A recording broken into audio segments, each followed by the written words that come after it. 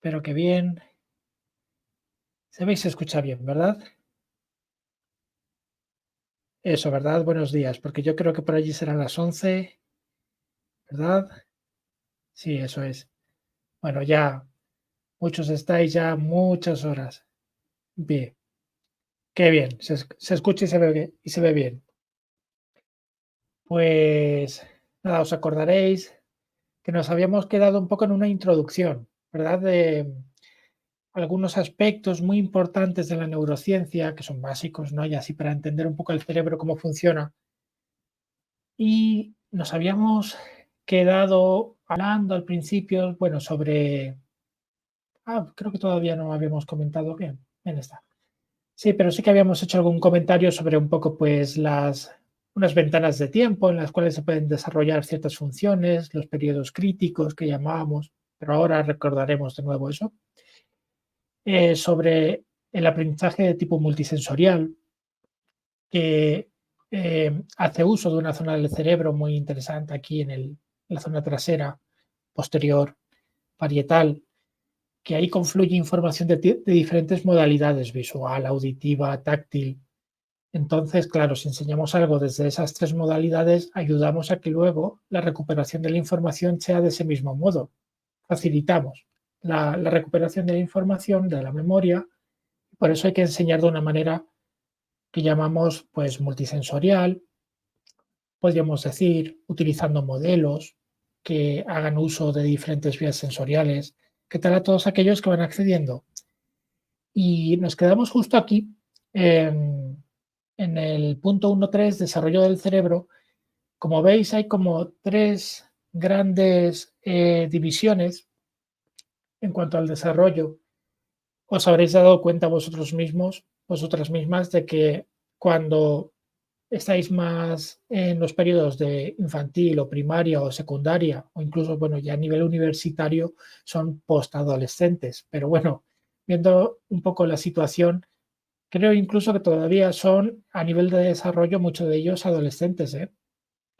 Entonces, pues vemos ya nosotros como profesores estos tres grandes grupos, desde fuera, desde un poco la conducta, pero desde dentro en el cerebro también se observan tres grandes diferencias, digamos, ¿no? Muchas más, pero bueno, tres grandes diferencias en cuanto a la distancia de los núcleos que conectan entre sí.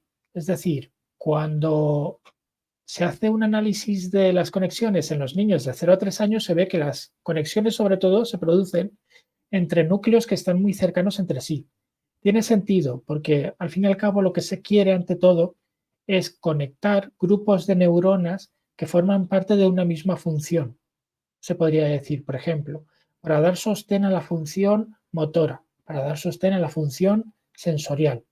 Y de hecho es, por ejemplo, y del lenguaje, por ejemplo, ¿no? A nivel lingüístico también todos esos núcleos que se encuentran cercanos entre sí para dar sostén a la función lingüística también están todos juntos, cercanos entre sí en el cerebro y se generan sobre todo ese tipo de conexiones. También ya empieza a desarrollarse funciones como las de tipo ejecutivas, ¿no? La planificación, algunas tomas de decisión, pero muy sencillas, con lo cual, bueno, no es lo más relevante, sobre todo, como decíamos, funciones motoras, sensoriales, lingüísticas. Y claro, esto implica eso, ese tipo de conexiones cercanas entre sí, sobre todo a nivel de la corteza. Eh, ya entre los 4 y los 11 años se ve otro gran salto. Claro, ahí hay un rango, de todos modos, de edades tremendo. Y por eso lo que nos dicen aquí, por otro lado, que hay que tener cuidado con el tema de diversidad madurativa, es decir, en un rango dentro no ya de los 4 y los 11, sino, por ejemplo, entre los 4 y los 5, los 4 y los 6, después los 6, sí, claro, un año por encima, por debajo de cierta edad, entre estos años, entre los 4 y los 11.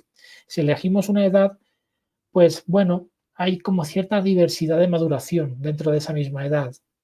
De hecho, lo vemos, ¿no? Por ejemplo, cuando llegamos a este momento de desarrollo lectoescritor, vemos que niños de 4 o 5 años, por decirlo así de una manera muy sencilla, pillan a la primera el tema de cómo funciona la lectura. Sin embargo, hay niños que necesitan, bueno, pues llegar a los 6, 7 años. Hay niños que a los 8 incluso, ¿eh? Y pues como decía, de hecho, por ejemplo, eh, decíamos con, eh, ahora de repente me viene Francisco Mora, que es otro neurocientífico muy importante. Hablábamos el otro día de, lo diré, eh, no importa. Estábamos mostrando a otro gran neurocientífico que nos decía que había que respetar la gran diversidad que se puede producir a nivel de desarrollo o maduración del cerebro, porque de hecho existe. Y bueno, hay que plantear que es algo normal, no consiste en que no quiera la persona, sino que su cerebro todavía no está preparado para aprender esa función. Y bueno, pues eh, es un periodo de los 4 a los 11 en el cual la diversidad madurativa hay que tenerla muy en cuenta en concreto. Y aquí lo que empezamos a ver es que ya se producen conexiones entre núcleos a media distancia. ¿Por qué? Porque básicamente está poniendo en contacto el cerebro zonas que van a intervenir en funciones de mayor nivel, como por ejemplo la creatividad. En ese momento, por ejemplo, entre los 4 y 11, empezamos a ver como destellos de creatividad en los niños muy interesantes, y es porque se comienza a comunicar, por ejemplo, el prefrontal, esa región que teníamos aquí, tenemos en la zona más frontal de nuestra cabeza, y zonas más posteriores, el parietal, por ejemplo, la corteza parietal. Cuando se produce esa conexión, que es a media distancia, es cuando comienza a facilitarse la creatividad y de hecho empieza a observarse en este periodo. Pero también aparecen conexiones entre núcleos como lo que indicamos aquí, amígdalas o hipocampo. De hecho, el hipocampo lo que sucede es que para empezar comienza a madurar. Es decir, no estaba todavía bien maduro, no se habían creado las conexiones correctas dentro de ese pequeño núcleo, porque en realidad no es tan grande como para decir que son conexiones a media distancia. Pero ese núcleo, el hipocampo, es parte de la corteza, de hecho, pero está como muy dentro del cerebro porque se ha ido eh, arrugando, como decíamos, la corteza hasta dejarlo en una posición bastante intermedia dentro del cerebro. Bueno, pues cuando se consigue madurar el hipocampo, de hecho, os dais cuenta de una cosa, y es que eh, recordáis una gran cantidad de memorias episódicas de situaciones que hayáis vivido previas a los 3 años.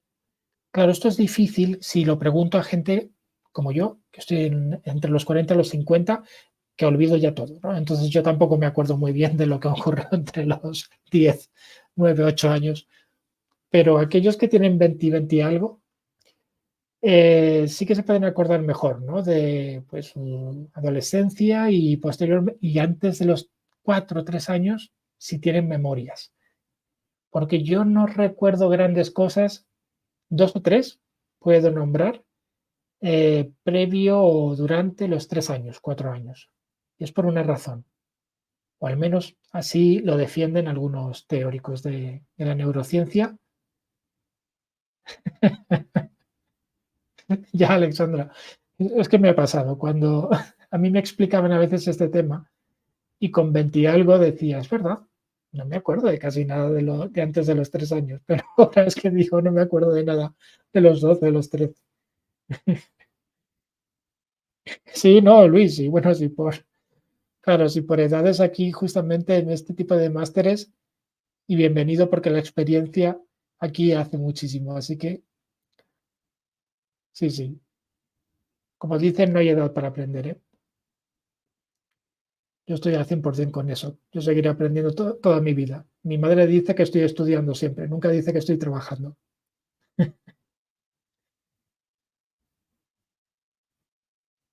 Y pues eso, no sé si os acordaréis es verdad, es que me he quedado un poco con la pregunta ahí en el aire, de si os acordáis de cosas que hayan ocurrido eso antes de los 3 o los 4 años, ¿no? Situaciones concretas que digáis, sí, tengo muchas, ¿no? Muchos recuerdos. Bueno, para el caso, es que resulta, comentas aquí Andrés, te voy a leer un segundo, En ocasiones surgen esos recuerdos remotos al recibir un estímulo asociado a música, comida, lugares. Hay recuerdos que han impactado y eso no se nos olvidan. Claro,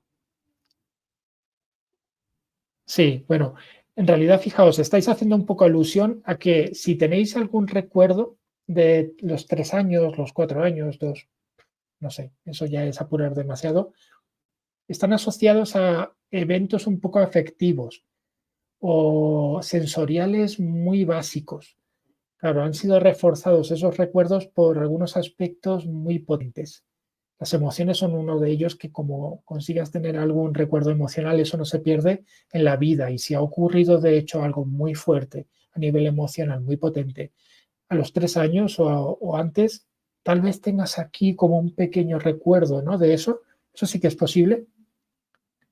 Mm, Para cualquier caso, resulta que el hipocampo es una región que ya la veremos después, que media en el proceso de que se generen memorias a largo plazo, como una especie, decíamos, sí, siempre hago una similitud a esto, a una memoria RAM en el ordenador, ¿no? Es como un pequeño receptáculo donde se puede almacenar memoria durante un periodo de tiempo y eso permite que se pueda generar, si esa información es relevante, se puede además trabajar con ella, se puede modificar, se pueden crear determinados, eh, digamos, procesos o bien operaciones con esa información y entonces la podemos pasar, si es relevante, la información a largo plazo. ¿Qué ocurre? Que antes de los 4 años el hipocampo no está maduro, no está bien desarrollado y entonces no nos permite crear las memorias a largo plazo con facilidad o no las ordena bien, están mal estructuradas, no las comprendemos como tal, como memorias que sean temporalmente con significado. Vienen como destellos y de hecho yo creo que habéis dicho algo así. Sí, sí, sí. ¿Qué tal, María? ¿Cómo estás? Mm, Pues bueno, ocurre eso que a los 4 años por fin ya se desarrolla el hipocampo, por ejemplo, conecta además con núcleos que están a corta y a larga y a mediana distancia y ya empieza a generar memorias que mezclan además lo más cognitivo, racional, o bueno, aquello que resulta sensorial en general, con lo emocional. Porque además ahora veremos que está muy cerca las amígdalas, que son esos núcleos encargados de procesar las emociones, está muy cerca en el espacio del hipocampo, de ese otro núcleo que decíamos que se encarga de procesar la información que va a ser tal vez almacenada si es relevante, si es importante para nosotros recordarla. Y bueno, pues pasamos a la adolescencia. Bueno, aquí decir que se desarrollan un montón de funciones de nivel cognitivo además superior eh, como funciones ejecutivas, ahí empiezan a desarrollarse ya a un nivel superior y de hecho, pues bueno, procesos cognitivos como la atención o bien la creatividad, decíamos, etcétera, bueno, pues ahí se desarrollan sin ningún tipo de problema a los 11 años, incluso alcanzando un nivel casi de adulto, se podría decir en muchos niños. Y ya en la adolescencia, ya sabéis, ahí se desarrolla por completo todo este tipo de funciones. Se conectan ya núcleos que están a muy larga distancia. Además de a media y a corta distancia, se siguen manteniendo las conexiones, aumentando, me refiero, pero se generan además conexiones a muy larga distancia entre núcleos que están muy distantes entre sí. Y además ocurre una cosa muy interesante, que por fin el prefrontal madura. El prefrontal madure es algo que, bueno, ya seguiremos hablando más adelante, pero es interesante porque permite que se desarrollen esas funciones ejecutivas que decíamos que son tan importantes, porque ahí esas funciones, entre otras, nos va a permitir tomar decisiones de manera correcta. Es un núcleo, el prefrontal, como decía, totalmente destinado a esas funciones ejecutivas, entre las que encontrábamos planificación, flexibilidad mental, inhibición que puede ser conductual o del pensamiento, ¿no? Si estamos, por ejemplo, cometiendo un error a nivel de un pensamiento, podemos parar ese pensamiento, inhibirlo y modificarlo gracias a la flexibilidad mental y seguir pensando en otra cosa que sea más cercana a la realidad o certera o que tenga una solución más factible, ¿no? Que aquella que estábamos tomando previamente. para eso sirven de otras cosas, para tomar decisiones, como decíamos correctamente, para regular la conducta, las emociones, para todo esto. Tenemos ese conjunto de funciones ejecutivas que hacen uso del prefrontal, que madura, como decíamos, en la adolescencia. Claro, pues aquí, de hecho, vosotros habréis notado cuando trabajáis con chiquillos, bueno, son casi adultos, de 14 años, ese 13, 14. De hecho, bueno, recuerdo que los 12, los 13 son súper complicados en ese momento porque están en ese preciso momento de cambio a nivel físico y también psicológico. Y ya a los 14, 15, pues ya veis unos cambios muy importantes, madurativos a nivel racional y emocional. Es por todo esto, ¿eh? Prefrontal está ahí empezando a trabajar para regular la conducta y las emociones, más en unos que en otros. Ah, claro, Luis, puf. La verdad es que es complicado, pero, por ejemplo, como los cambios fisiológicos, los anatómicos, ya se ven con la pubertad y eso comienza y encima existe una diversidad madurativa también en ese sentido, pero puede ser que empiecen hacia los 11, 12 años la pubertad, los cambios más de tipo fisiológicos, anatómicos, y los de tipo psicológicos dependen muchísimo de los estímulos externos, de las experiencias. Entonces, la adolescencia, para bien, para mal, pues comienza aproximadamente, pues eso, hacia los 12, 13, a nivel más psicológico, cognitivo y afectivo, esos cambios. Y antiguamente, de manera muy clásica, se decía que se detenía más o menos la capacidad de adquirir cambios a ese nivel hacia los 20, decían. Pero eso hace unas décadas. Pero es que estoy viendo estudios en los que se comenta que eh, a los 20 altos perfectamente todavía se puede conseguir maduración del prefrontal. Y de hecho es que vemos que hay, como decíamos, no sé si en este grupo, ¿no? Y en sesiones anteriores, que se ha producido como un retraso en la maduración eh, de este tipo de procesos, ¿no? Toma de decisiones, planificación, no me refiero a nivel profesional y académica solamente, sino a nivel de la vida, ¿no? Planificar correctamente la vida para tener determinado éxito, ¿no? Para que todo salga bien. Pues el prefrontal, como tiene mucho que ver con esto y su maduración, parece ser que la adolescencia se está retrasando, digamos que se está ampliando esa ventana de tiempo en la cual se puede madurar el prefrontal. Como digo, entre los 14, los 13, los 14 hasta los 20 altos. Se está alargando y se está demostrando que es posible, ¿no? Conseguir la maduración del prefrontal hasta esas edades.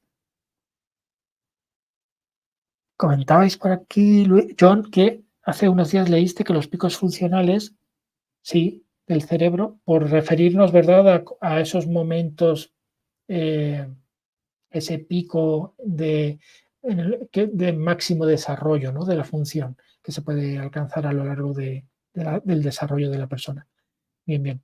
El cerebro entran como en estancamiento en esa edad. Ah, claro, vale. Durante la adolescencia, pero no sé si te refieres más hacia los 20 y algo, tal vez, o si antes. No sé si todavía durante la adolescencia. Lo que ocurre es eso, que hoy en día adolescencia, pues no te dicen una edad concreta. Tenía por ahí un estudio muy importante de uno de los investigadores referentes en aspectos de desarrollo del cerebro prefrontal a nivel de la corteza prefrontal y en términos de adolescencia, y él era uno de los que decía eso, ¿no? Adolescencia como punto culmen, ¿no? Para conseguir desarrollar funciones cognitivas superiores, entre otras las funciones ejecutivas, pero él mismo decía que los 25 años es actualmente una edad en la que se puede considerar adolescente, con lo cual existe como no sé, un poco de confusión en cuanto a qué nos referimos por adolescencia, porque uno pensaría que los 14, 15, 16, ¿no? Como máximo hacia la veintena, pero no, los 25 y más empiezan a hablar. El género tiene influencia en el desarrollo de la adolescencia. Pues un poco sí, debido a que la pubertad arranca antes en el sexo femenino y entonces en la mujer y por lo tanto eh, adelanta el proceso también de maduración del prefrontal, facilita el que si existe la adecuada estimulación externa también para que se desarrollen esas funciones. Claro, eso es algo que clásicamente se observaba a nivel conductual, pero ahora sí que se ve a nivel fisiológico también. Pero bueno, es una cosa de 1 o 2 años en la realidad, a no ser que los factores externos sean tan diversos que haga que aumente la distancia entre ambos géneros, pero a nivel fisiológico y de forma teórica es 1 o 2 años la diferencia en cuanto al desarrollo. Y a nivel del prefrontal, claro. Pues bueno, en realidad os quería comentar eso, ¿no? A nivel de este tema, de esas tres grandes fases, ¿no? Que podríamos tener en cuenta en el aula para considerar qué funciones desarrollar, por qué motivo, ¿no? Sucede esto, sobre todo. Y simplemente os quería comentar también sobre este tema, el de, como ya habíamos hablado, y estabais de hecho haciendo alusión un poquito a esto, ¿no? A esos picos de desarrollo que se producen en determinados momentos. En el caso, claro, fijaos que aquí también lo siguen manteniendo. Como para las funciones ejecutivas superiores, se considera que ya empiezan a perderse la posibilidad de desarrollo hacia los 16 o 17 años. Pero es que en otros estudios comentan que no, que esto es posible alargarlo en el tiempo y que hacia la veintena se puede desarrollar todavía. Es verdad, tiene sentido, ¿eh?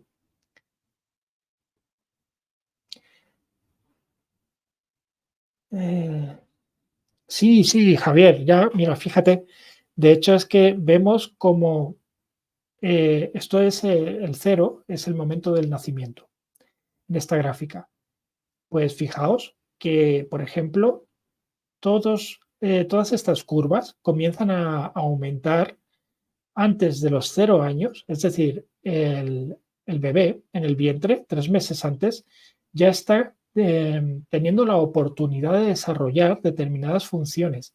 Obviamente, ciertas funciones no tienen sentido que se puedan desarrollar en el vientre, pero por ejemplo, las de tipo sensoriales, las de tipo táctil, auditiva y la visual, pueden ser relativamente útiles desarrollarlas antes de incluso nacer, antes de salir del vientre. El poder ver, el poder escuchar o el poder sentir ya con precisión a través de la piel determinados estímulos puede ayudar al bebé a, por ejemplo, pedir auxilio, pedir ayuda, ¿no? En el caso de que sienta mucho frío, dolor, de que la textura no sea la adecuada, no esté en un lugar adecuado, por lo tanto, el bebé o esté en una posición inadecuada, escuche un sonido que pueda ser, que implique peligro, vea algo que todavía a esa edad, el considerar algo peligroso o no con la vista es difícil, ¿no?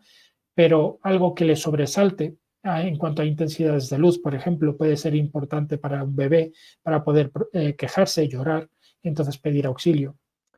Eso tiene sentido, ¿no? A nivel biológico. Claro, el que se desarrollase en el resto de funciones antes del nacimiento ya no tiene tanto sentido, pero bueno, el cerebro da la oportunidad incluso, fijaos. Pero también es verdad que se dice, en algunos estudios se ha comentado que el bebé tiene capacidad de, nada más nacer, comenzar a desarrollar la habilidad de interpretar cuáles son los sonidos de las voces más familiares desde que nace, desde el día uno. Y es algo que es como una impronta. De repente se queda grabado en el cerebro desde el nacimiento. En cuanto empieza a escuchar voces, su cerebro intenta relacionar esas voces con personas que son importantes para él. Es un mecanismo natural. Con lo cual también tiene sentido, ¿no? Que en cuanto a nivel del lenguaje comiencen a comprender ya un poco los sonidos, no comprender las palabras, comprender los sonidos de esas palabras y los timbres, las entonaciones de esos sonidos, de las voces, son muy importantes para ellos, nada más nacer. Y a ver, me he quedado aquí muy atrás en el chat. En el total, el desarrollo es un proceso lento que empieza en la concepción, claro, hablábamos de eso. La poda sináptica, hombre, sí, aquí de hecho tenemos este concepto, ahora lo retomamos. Decías, Luis, ¿qué influencia tiene en la adolescencia la identidad de género? Uf, a nivel, eh, neurofisiológico, claro, hablamos, a nivel del cerebro. Es complicadísimo, porque incluso hablando con personas que su identidad de género no corresponde a su físico, es muy difícil. Ellos, cuando me intentan explicar, son compañeros, son amigos, me intentan explicar lo que sienten a nivel de interpretación, es complejo. Luego, tampoco hay suficientes estudios relacionados con si existen diferencias en cuanto a cómo se identifica en cuanto al género una persona, si esto produce cambios en el modo en el que se procesa la información o en los niveles madurativos. Claro, los niveles madurativos van a depender más del género, del sexo real que presenta la persona, su cuerpo. Eso es lo que va a determinar biológicamente cómo madura, ¿no? Pero claro, la verdad es que en ese sentido, Luis, no tengo mucho conocimiento sobre ese tema, ¿eh? Y comentabas por aquí, María, que desde el mes y medio, que en semanas son 6 a 7 ya, el bebé ha desarrollado todo su sistema neuronal a través de la formación de su cerebro y su columna vertebral. Sí, sí, vale, sí. En ese sentido, el sistema nervioso, desde que nacemos, empieza a formarse a las pocas semanas. Lo que llaman el cordón neural, pues empieza a desarrollar muy pocas semanas después ya de que se ha formado el cigoto, y es decir, desde que se ha producido la fecundación. Y el sistema nervioso es uno de los elementos que se desarrollan desde los primeros momentos de una manera muy apresurada para tener oportunidad de aprovechar, como ya veis aquí, 3 meses antes, la posibilidad de ir aprovechando incluso algunos estímulos que provienen del exterior del vientre. Alucinante. En el caso de la adolescencia, ¿cómo o qué se pueden desarrollar? A ver cómo era. En el caso de la adolescencia, ¿cómo o qué se pueden desarrollar esas habilidades? Claro, en la adolescencia, sobre todo, se suele hablar de desarrollar habilidades de tipo funciones ejecutivas y desarrollo emocional.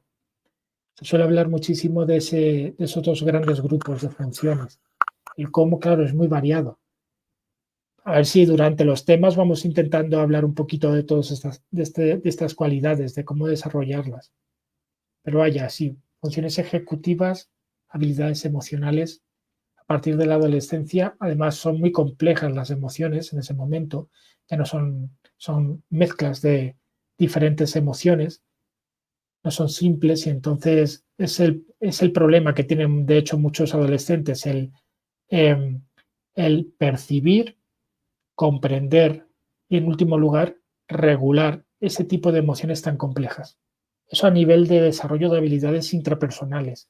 Y luego ya las de tipo interpersonal referidas a cómo el individuo es capaz de percibir y comprender las emociones de otros y manejarlas, ¿no? Utilizarlas para tener una relación cordial con los demás, pues eso es otro aspecto también muy complejo en la adolescencia porque está empezando a utilizar con otros emociones también muy complicadas.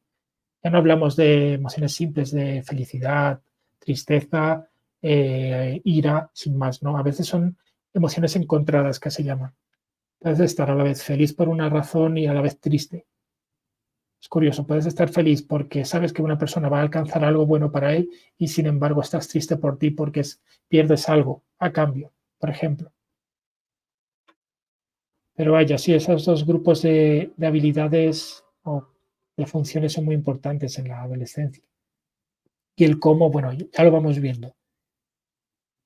Eh, ¿Qué tal, Marisela? Y ponías aquí, Catalina, que a nivel de desarrollo, ponías a nivel de desarrollo el género es una palabra que no cataloga al hombre o a la mujer. Hay como 30 y pico géneros, de hecho, actualmente, ¿eh? Sí, sí. Son dos conceptos diferentes que ahora quieren interpretar como igual. Biológicamente estamos diseñados para ser hombres o mujeres, eso hasta cierto punto también, ¿verdad? Porque hay una diversidad biológica tremenda de lo que se llama masculinidad y feminidad, depende de muchos aspectos, ¿eh? También. Y esto se puede comprobar a través de la formación cromosómica. Además que hay variantes, ¿eh? Además de hombre X y mujer XX, hay un montón de variantes. En ese orden biológico solamente tenemos dos identidades sexuales. Todo esto se puede profundizar en el Tratado de la Teoría del Cuerpo del Santo Juan Pablo II. En ese sentido tienes toda la razón, ¿no? Pero fíjate, ya no solamente en cuanto a género, que el aspecto de género, pues bueno, es un tema que llega a catalogarse en 30 y pico y crece más géneros actualmente, cómo se siente una persona, ¿no? Cómo se percibe a sí mismo a nivel de, bueno, pues esa mezcla entre sexualidad, género. Y luego tenemos, pues, bueno, los sexos a nivel biológico, pero que, como bien dices, tenemos dos claramente distinguidos, pero luego resulta que a nivel genético se producen una serie de variaciones y también hay una serie de características, además, adicionales a nivel biológico que hacen que haya cierto abanico, ¿eh? Incluso a nivel biológico. Por eso vemos, pues bueno, lo que se ha solido decir, hombres más afeminados, mujeres con rasgos un poco más de hombre, es normal, es la diversidad sexual, pero eso a nivel biológico y luego a nivel de género es incluso mucho más complicado porque es un aspecto de nivel cultural, social, algo así como la bipolaridad, claro, pero esto referido un poco a que sí que es verdad que hay dos polos, pero luego hay un abanico tremendo en medio de diferentes situaciones que, bueno, hay que tener en cuenta y son normales, es un proceso completamente normal, es la diversidad sexual y la diversidad de género. ¿Es posible que haya un adulto que siga como en la etapa de la adolescencia, que aún no sepa regular emociones así? Uf, claro, Isabel, madre mía. Y que de hecho que haya adquirido las habilidades y que posteriormente se pierdan por muchos fenómenos. Puede ser un accidente que dañe el prefrontal o porque se haya querido sin querer generar debido al consumo de sustancias que degeneran el prefrontal, el propio alcohol. De hecho, en exceso me refiero. Es cuando el consumo de alcohol resulta tóxico para no solamente órganos como el hígado, los riñones, sino, bueno, y el corazón, etcétera, sino también para el cerebro, ¿eh? Es tóxico, mata neuronas. Se sabe ya desde hace mucho tiempo, pues una de las zonas que más afecta va y resulta que es el prefrontal, con lo cual se va perdiendo habilidades de tipo funcionales debido al consumo excesivo de alcohol. Es algo que ya se ha visto. Sí, sí. Ah, y aún así es eso, que puede ser que no hayas adquirido nunca el desarrollo de esas habilidades perfectamente, ¿eh? Si no hay, digamos, oportunidades por parte del entorno, pues podría ser que no se desarrollasen, claro. Madre mía, Luis, son preguntas muy difíciles. Wow, sí, vejez prematura. Conozco el caso, pero la verdad es que son situaciones muy complejas, Luis. Son muy particulares. La verdad es que no estoy tan especializado en ciertas alteraciones. Podemos tratarlo, ¿eh? Podemos hacer una pregunta en el foro. Por ejemplo, hay una ya relacionada con el tema de cómo se distribuyen los diferentes idiomas entre los hemisferios. Ya estoy viendo que de hecho no se distribuyen como pensábamos al principio que estábamos tratando, ¿no? Que los dos primeros parece ser que utilizan más el hemisferio izquierdo, los que están considerados hemisferios que contienen núcleos del lenguaje, y que el tercero parecía ser, como comentaba una compañera, se podría distribuir más en el hemisferio contrario. Parece ser que esto no es así. A eso ya daremos respuesta en breve, porque estaba leyendo varios artículos. Sobre esto, pues si tratamos, por ejemplo, esa pregunta, la de alteraciones cerebrales en vejez prematura, le podemos ir dando respuesta. Decías, Catalina, no, tutora en el genoma humano, los cromosomas son solo XY y XX. Sí, pero si buscas, Catalina, ya verás que tenemos varias alteraciones que se producen por recombinación de cromosoma X y cromosoma Y, y puedes encontrar otras variaciones.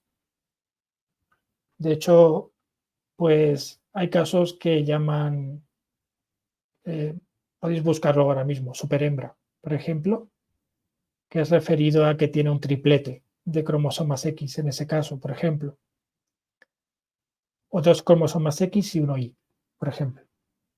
Y bueno, son personas pues que tienen una serie de modificaciones también, a nivel del desarrollo de, tienen, por ejemplo, aspecto de mujer y sin embargo no han podido desarrollar eh, su sistema reproductivo como debería ser. Echad un vistazo, ya veréis. Las trilogías genéticas se presentan, pero por alguna translocación en las tripletas de los codones, pero esos son casos muy raros. Sí, sí, claro, a eso me refería, no es lo común. O debido a que no han estado reprimidos y no los han dejado quemar en diferentes etapas y salen a flote cuando están adultos. Eso ya es más a nivel, digamos, ambiental, del entorno, claro, lo que decía Catherine. Sí, sí, es verdad, no, decíamos lo mismo, que eran casos que no son los habituales, no existe un porcentaje alto de esas situaciones a nivel genético. Nada, Leonardo, ¿qué va? No te preocupes, bienvenido. Exacto, María Isabel, no es lo común. Sí, eso es, Karen. Yo quería decir que existe la posibilidad de que se produzca, pero no. Es un porcentaje muy bajo. Eso es. Pues siguiendo un poquito con lo que comentábamos, porque nos quedamos en el tema 1, enganchados. Es súper interesante lo de que me estáis comentando, pero os acordaréis un poquito de esto que decíamos de los diferentes periodos críticos de desarrollo en el cerebro. Aquí un poco lo que os quería comentar es el por qué. Y de hecho alguien había visto por ahí, hombre, poda sináptica, le sonaba. Nada, no pasa nada, José, sin problema, no te preocupes. Y claro, ¿a qué se debe que hay más probabilidad de desarrollar cierta función en determinados momentos? Porque claro, habíamos dicho que existía, pero el por qué no. Pues a este término, el de plasticidad neuronal. No sé si os sonaba de antes plasticidad neuronal o en general plasticidad del cerebro. Seguramente yo creo, porque de hecho yo ya he visto que hay algunos aquí que de verdad tenéis bastante conocimiento de estos términos.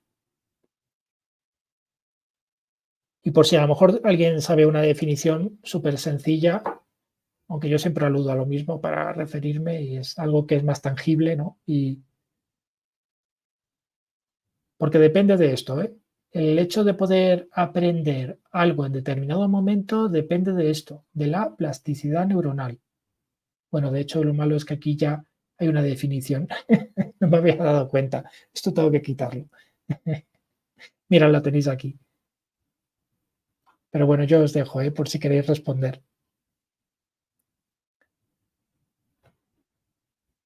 De hecho, hay un fenómeno que permite, mira, aquí comentas, por ejemplo, José Darío, la plasticidad es la capacidad del cerebro de moldearse para cambiar partes que tienen ciertas funciones y que cumplan otras. Ah, vale.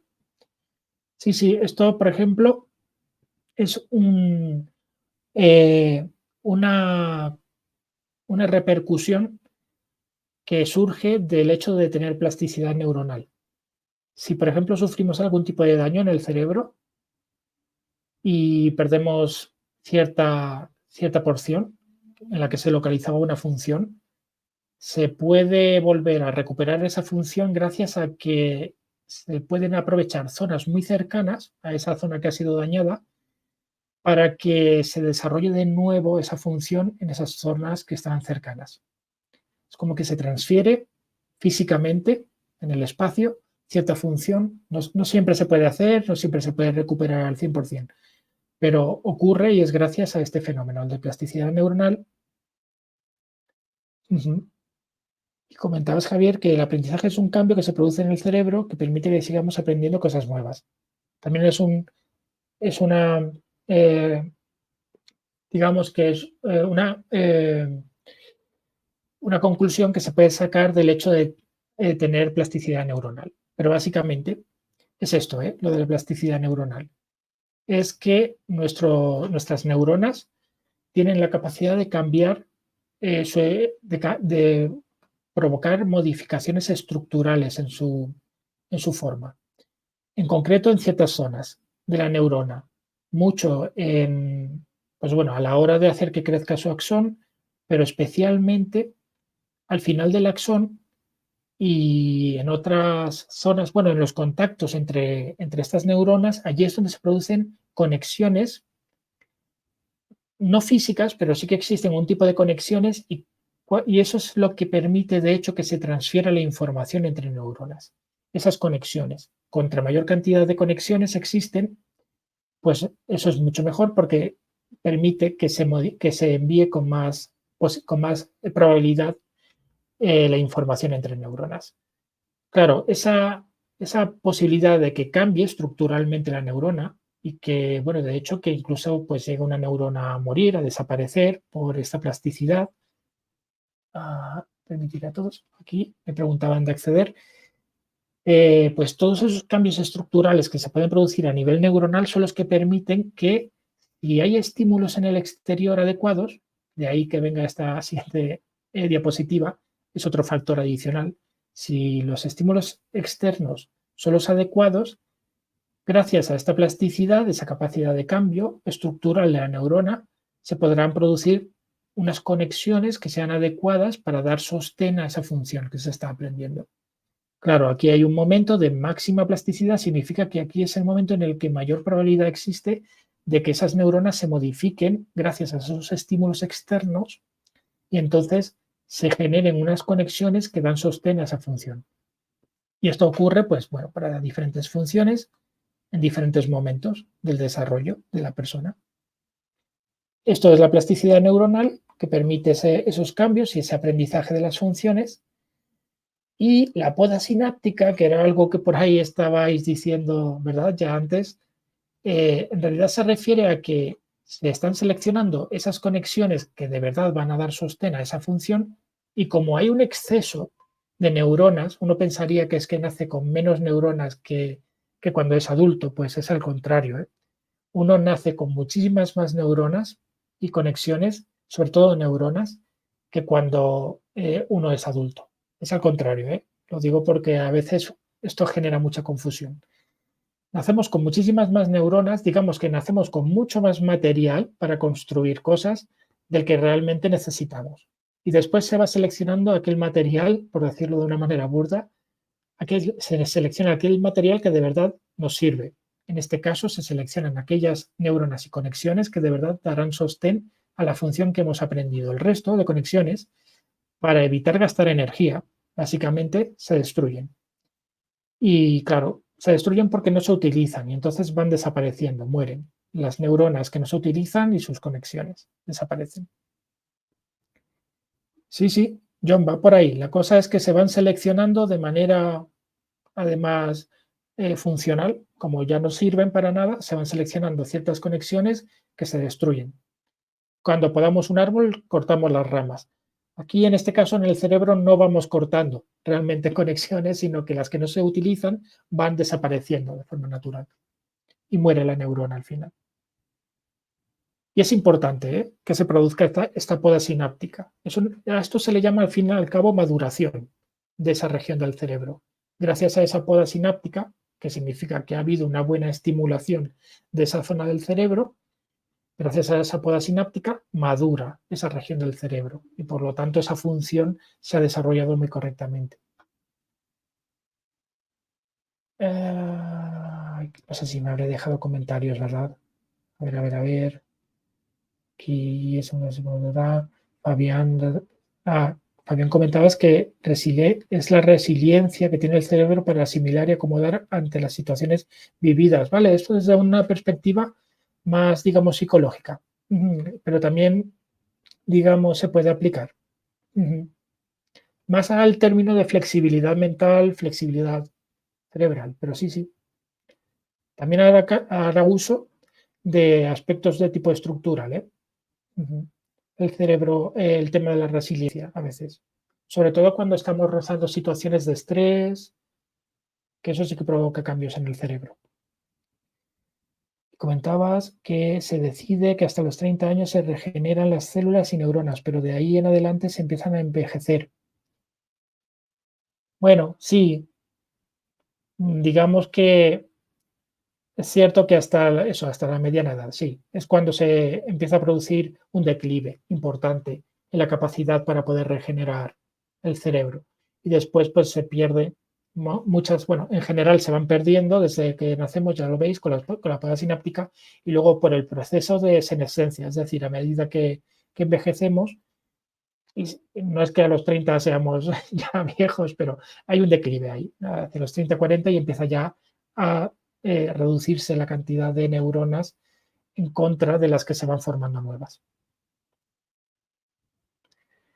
Alexandra, profe, de pronto un ejemplo nos puede compartir en cuanto a la plasticidad neuronal, cómo podría verse o percibir en la persona. La plasticidad neuronal. Pues a ver, en realidad es que, claro, lo vemos gracias a, como acabamos de decir, en un niño pequeño, en el momento en el que, lo digo porque es un proceso muy natural, en el momento que comienza a caminar es porque su cerebro tiene la cantidad de neuronas suficientes que pueden además cambiar las conexiones en ese momento para permitir que todos los músculos, el sistema del equilibrio, etcétera, es un proceso un poco complejo, pueda permitir la, el que comienza a caminar, a andar. Por ejemplo, hay un ejemplo de libro, pero que es un poquito, es muy sencillo, es muy básico, pero para comentar los temas de plasticidad, pero que bueno, no se aplica al ser humano. Es, por ejemplo, con un molusco, con un caracol de mar. Y resulta que cuando se le eh, se le genera dolor a ese caracol de mar en cierta parte de su cuerpo mediante pequeños choques eléctricos, resulta que sus neuronas son capaces de modificar, gracias a que son plásticas, son capaces de cambiar su estructura, las conexiones entre esa parte que está siendo dañada, que permite entonces reconocer el dolor y llevar a cabo cierta conducta, pues es capaz de cambiar. Pero claro, es que digamos que eso es menos evidente, ¿no? A nivel de las conductas o las acciones del ser humano. Eh, la plasticidad responde más a esa capacidad para poder aprender algo. Y como digo, pues bueno, algo sencillo sería pues esa capacidad, por ejemplo, para caminar.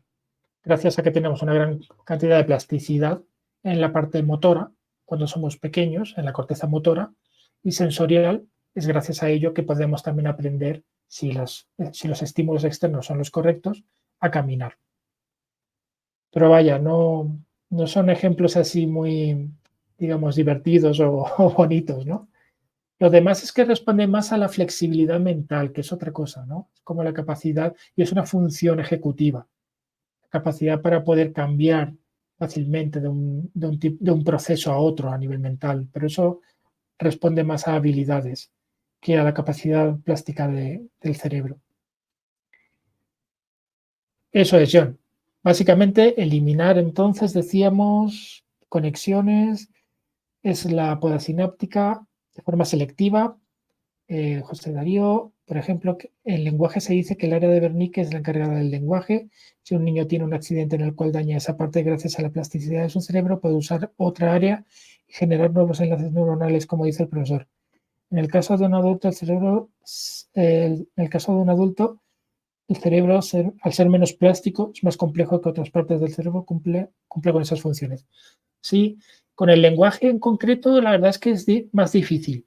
¿Sabes? Es como que parece ser que las áreas de Broca y Wernicke tienen una especialización anatómica muy concreta. Esas neuronas se distribuyen de una manera muy particular. Si sufren un daño, es verdad que sí que se podría a lo mejor sustituir. Es más difícil que otras funciones. Y lo que tú dices de que además en el adulto resulta mucho más complicado, 100%. Así es. hay menos plasticidad, menos probabilidad de que se pueda recuperar esa función. Pero vaya, hemos ido a dar con una función el lenguaje y con unas áreas que están tan especializadas a nivel del tipo de neurona encargada de la estructura del núcleo y demás. Pero sí, sí que es posible el que sea sustituida esas zonas por otras cercanas, o incluso resulta que como utilizamos más el hemisferio izquierdo para el lenguaje, pero el hemisferio derecho también interviene. No es que sea simétrica la actividad, pero se puede seguir utilizando algunas zonas del hemisferio derecho para manejar el lenguaje. Bueno, John, aquí comentabas lo de la rebeldía en cuanto a los temas de las modificaciones que se producen en el prefrontal a nivel de regulación emocional. Ujú. Muy bien, Alexandra. Ese ejemplo también es bueno, vale. Sí, sí, el de cómo la plasticidad consigue, digamos, solventar la pérdida de una función, porque, bueno, traslada esa función a una zona cercana del cerebro, gracias a que las neuronas pueden cambiar estructuralmente. Muy bien. ¿Qué pasa con las neuronas en la vejez, profe? Pues bueno, que pierden un poquito de mielina, por ejemplo, se transmite la conexión más lentamente, no es que tan lentamente, pero más lentamente. Mueren cierta cantidad de neuronas que a lo mejor ya empieza a afectar, pero esto estoy hablando ya de una senescencia de los 80 años, 90 años, cuando el proceso de, de, de vejez es normal, ¿no? Porque esto se puede acelerar mucho pues, con aspectos como eh, trastornos pues, como ay, de repente, yo creo que estoy sufriendo Alzheimer, el Alzheimer, que es un tema muy serio y eso acelera ese proceso, de hecho, de envejecimiento celular, por ejemplo. Es lo que pasa con la vejez, básicamente. Pierden propiedades las neuronas y ya no se pueden además suplementar aquellas que se han perdido de una manera tan sencilla como durante, como decíamos, la juventud. Yo creo que voy a intentar, yo lo siento, voy a intentar terminar ese caso el tema 1, ¿os parece? Y así ya pasamos el próximo día al tema 2, que si no se nos quedará muy atrasado, si os parece. Nada, simplemente habíamos hablado de estos dos términos y terminar hablando de este aspecto que nos da un poco entrada al segundo tema, pues de las teorías de aprendizaje, ¿no? Que explican cómo, en base a qué se puede desarrollar el cerebro, en base a qué se puede desarrollar el aprendizaje y la memoria, y seguramente os sonarán. Por eso he hecho aquí un esquema muy básico en el que aparecen pues esas teorías del aprendizaje conductistas.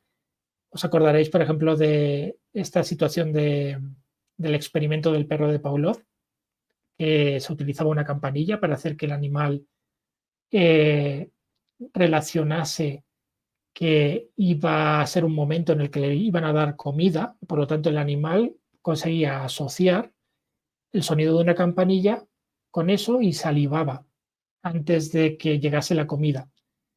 Claro, antes de esa asociación que se había generado en ese experimento, el animal solamente salivaba si se le enseñaba la comida directamente. Pero aquí Pavlov conseguía demostrar que se podían asociar diferentes estímulos entre sí que no tenían significado dentro de ese ámbito. La campanilla no tenía ningún significado para el animal relacionado con la comida antes, pero él conseguía hacer que sí que lo tuviera.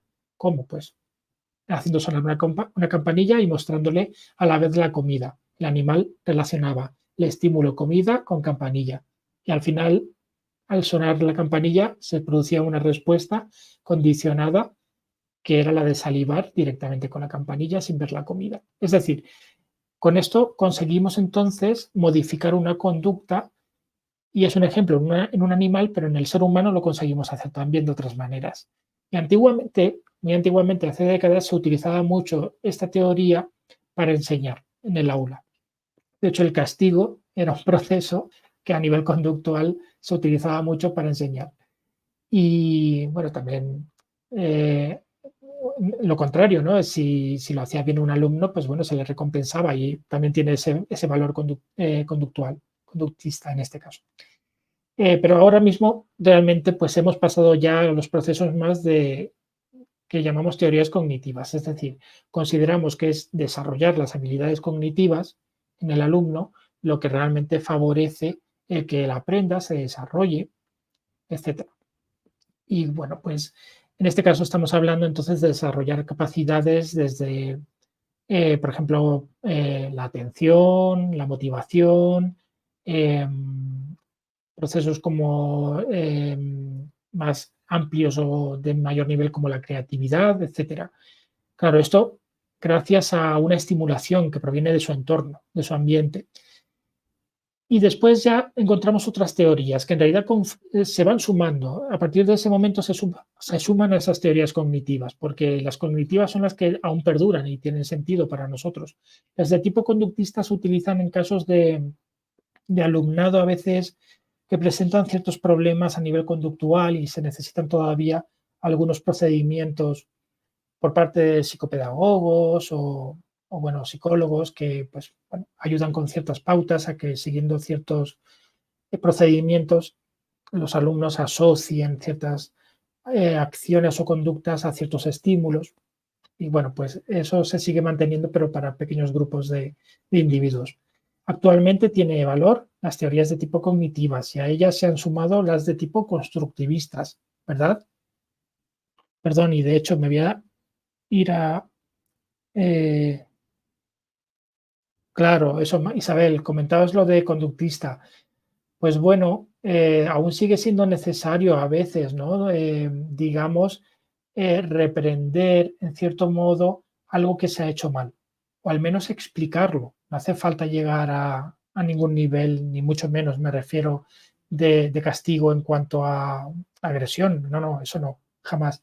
Pero me refiero a que se puede reprender algo que se ha hecho mal explicándolo, diciendo el motivo del por qué algo está mal, ¿no? Y entonces modificar su conducta, pero con un procedimiento de explicación de que algo no está bien hecho.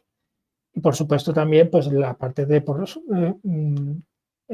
premiar, ¿no? Aquello que se hace bien, por supuesto, y funciona. Y además eso, pues agregarle después procedimientos más de tipo cognitivistas, pues también, claro. Pero es verdad que en infantil funciona. Y más, bueno, si es que si hay problemas relacionados con trastornos de la conducta, con más motivo. Hará falta hacer un uso más de esa teoría conductista. Perdón. Por ejemplo, me estás comentando el trastorno negativista desafiante. Claro, eso es. Ahí es cuando entonces hay que además hacer uso, ¿verdad?, de todas aquellas mecánicas que nos comentan los psicopedagogos, psicólogos, ¿verdad? Y funcionan. Mm. Con un alumno normal, pues lo que digo, bueno, pues más que nada solamente para o bien eh, pues premiar, ¿verdad?, esa conducta o bien para explicar que no está bien, reprenderla, explicando que no lo ha hecho correctamente para que modifique su conducta. Eso es útil. Ujú. Sí, sí, claro. Y sí, simplemente nada, comentar y ya terminamos, que a esas teorías cognitivas, pues se agregan ahora las de tipo constructivistas, ¿verdad? Hacia ya décadas atrás, en las que se va construyendo el conocimiento sobre niveles de conocimiento básicos. Eh, Hay dos modalidades, pues la que comentaba Piaget o la de Vygotsky, que dependen pues de factores como pues el desarrollo biológico de la persona. A mayor desarrollo biológico, mayor probabilidad de que se desarrolle un constructo de conocimiento de mayor nivel, de mayor complejidad, dependiendo del nivel de riqueza del entorno del conocimiento que puede ofrecer esa sociedad, pues claro, también se puede desarrollar, según comentaba Vygotsky, ese individuo y por lo tanto su conocimiento. Son dos las perspectivas que en realidad funcionan ambas y son válidas. Y de hecho, entre ellos, entre estos dos autores, se citan así entre ellos dándole la razón al otro en muchos artículos. Con lo cual, ambos factores, el biológico y el de tipo ambiental, son muy útiles para explicar esa construcción del conocimiento. Y nos vamos a quedar aquí. Ahora sí, ya nos quito más tiempo. Seguiremos el próximo día ya hablando de este término, del modelo educativo que se produjo en el cambio de milenio y que un poco es el que seguimos utilizando con todas las legislaciones de tipo educativa que vamos viendo hasta el momento. Y nada, empezaremos por fin el tema 2 y hablaremos ya de procesos cognitivos más concretos. Nada, al revés. De hecho, ya veis que, bueno, intentaré a veces un poco, pues, ceñirme un poquito más al guión y nada, siempre que pueda ir leyendo en el chat. En cualquier caso, cualquier cosita así que me queráis preguntar más concreta o necesaria, comentádmela en el foro, ¿eh? Siento no poder responder a todos en el chat, no llegamos. Y nada, oye, muy interesante, ¿eh? Muchísimas gracias por participar, de verdad. Nada, igualmente, y nos vemos pronto. Un saludo a todos. Nada, descansad mucho y nos vemos. Hasta pronto.